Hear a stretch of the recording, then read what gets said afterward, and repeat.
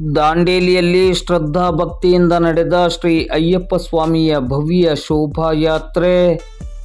ದಾಂಡೇಲಿ ನಗರದ ಶ್ರೀ ಅಯ್ಯಪ್ಪ ಸೇವಾ ಸಮಿತಿಯ ಆಶ್ರಯದಡಿ ಮತ್ತು ಅಯ್ಯಪ್ಪ ಭಕ್ತ ವೃಂದದ ಸಹಕಾರದಲ್ಲಿ ದಾಂಡೇಲಿಯ ಕುಳಗಿ ರಸ್ತೆಯಲ್ಲಿರುವ ಶ್ರೀ ಅಯ್ಯಪ್ಪ ಸ್ವಾಮಿ ಮಂದಿರದಿಂದ ಭವ್ಯ ಶೋಭಾಯಾತ್ರೆಗೆ ಭಾನುವಾರ ಸಂಜೆ ಚಾಲನೆಯನ್ನು ನೀಡಲಾಯಿತು.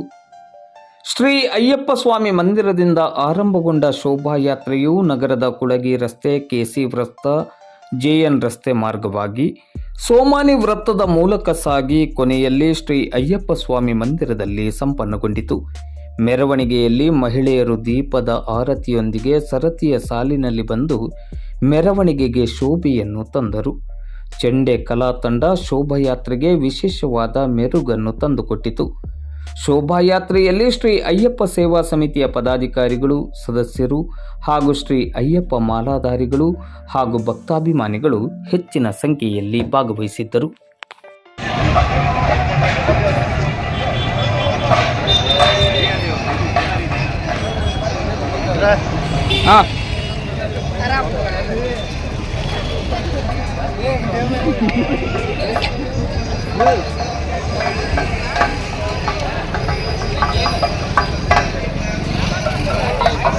What do you mean?